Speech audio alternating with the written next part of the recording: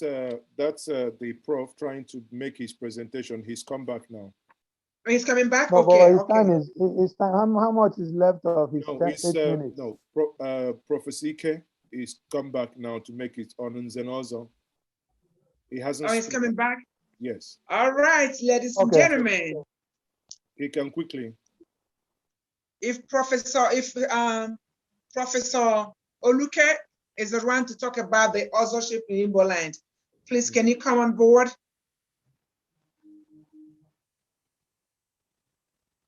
Professor Oluka, are you on board? Okay, why is this trying to solve this? Can we go back to the next program, which says, I'm sorry, next item, which says the white man danced the Igbo music culturally. I think My brothers and Professor Ike Oluka has unmuted. Okay, unmuted now. Thank you, gentlemen. Let me just rush what I have to present. And very interestingly, let me also stand on existing protocol. Okay. My thinking is that we need to tell you about who takes the Ozo title. What is the concept of authenticity in Ozo? What are the rights they have? What are the do's and don'ts? And we'll learn to fishing out the social, political, and leadership values Ozo protects in present day Nigeria, and so on and so forth. If I go straight, I will just tell you that Ozo is the highest traditional title outside the Igbo. It serves as a means of social, cultural, and the economic classification of who is who in a society. If you are not Ozo, in many Igbo societies, you are nowhere. And it is important as a measure of economic achievement in most Igbo communities. I would like to tell you that in the beginning, the concept of authenticity is a very important item in Igboland, and also is strongly associated with that notion, especially when it is on truth and genuineness. And that is why we believe, and it is, that Ozo is the pillar of Igbo authenticity, and it possesses genuine original philosophical foundation for sustainable political and socio-economic existence of Ndi Igbo anywhere in the world. The title of who is an Ozo is important. Who is that traditional Ozo title holder? He is a male and who has gone through many puritanical processes, which enables him to perform priestly and leadership function. The most important thing about it is that it varies from community to community, but the process, one that is general, is this inside of a thing. Every Ozo must go through the washing of the tongue, and that from that day, you can no longer tell lies or do anything of that sort. Oh, wow. Ozo is seen in some major communities as a sacred and unique leader. And what does it mean? He is what the value of 9 persons of the non-initiate. And that is why on the day you are taking the title, you have 9 names and what we call a 9 titles.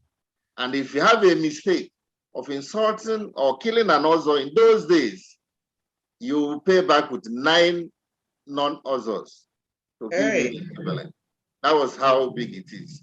So Ozo is a traditionalist, is a community leader, is a custodian of the community culture and tradition.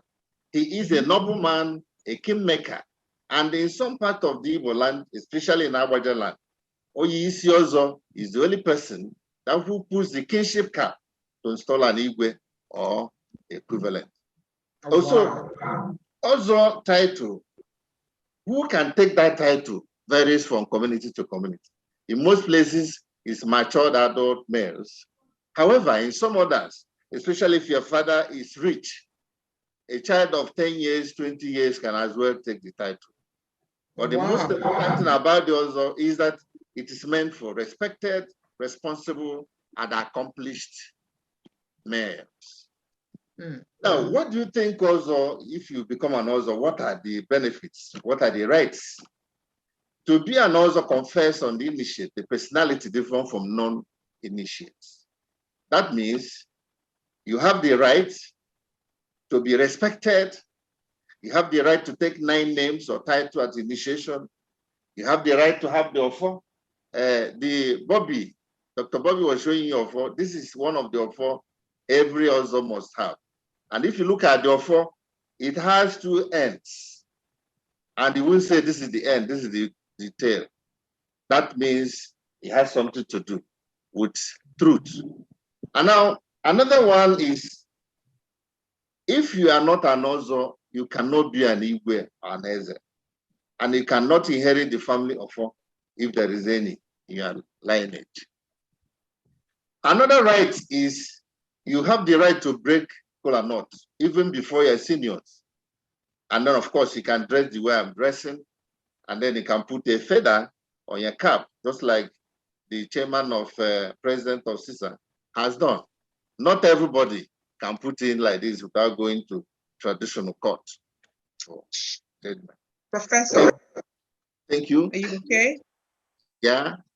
Please go ahead. Okay, sir. So another small do's and don'ts about Ozo is that they vary from community to community.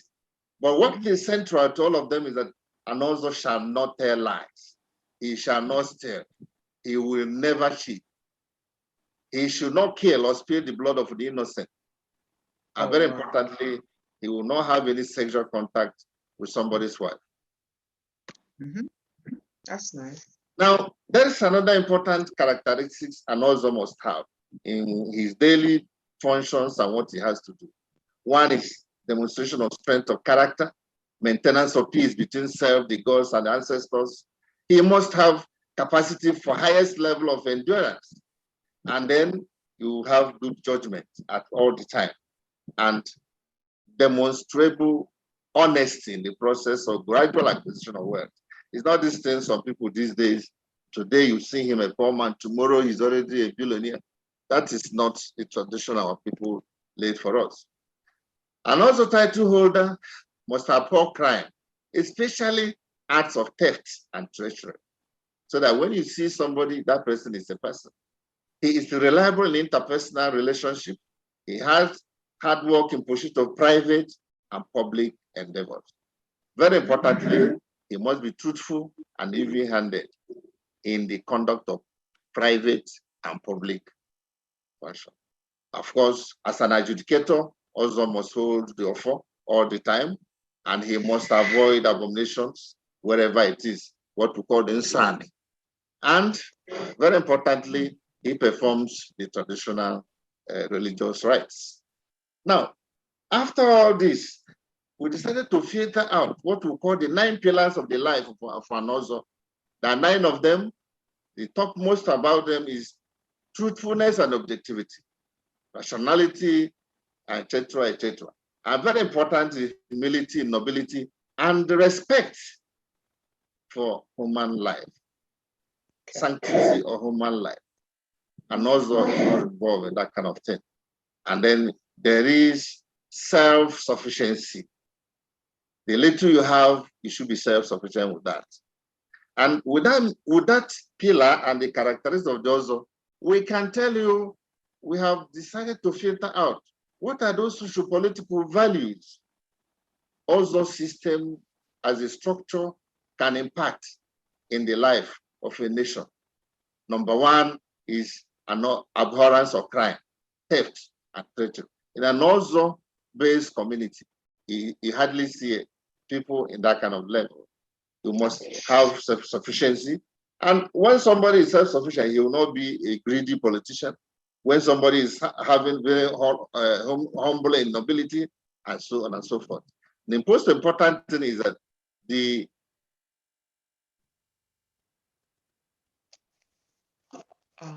okay, ladies and gentlemen, I think we've just come to the end of this very moment where Professor Ike is talking about Ozo. I think a lot of us have heard a lot of education is made to us tonight about the Ozo titleship. And then let's go over to the other item in the program because of time. Hello, everybody. Is everyone hearing me? Yes, we Go can. ahead. You okay? Yes, please. We need to, because our time is really running very fast. Thank you, Professor Ike, for that lecture. We appreciate it.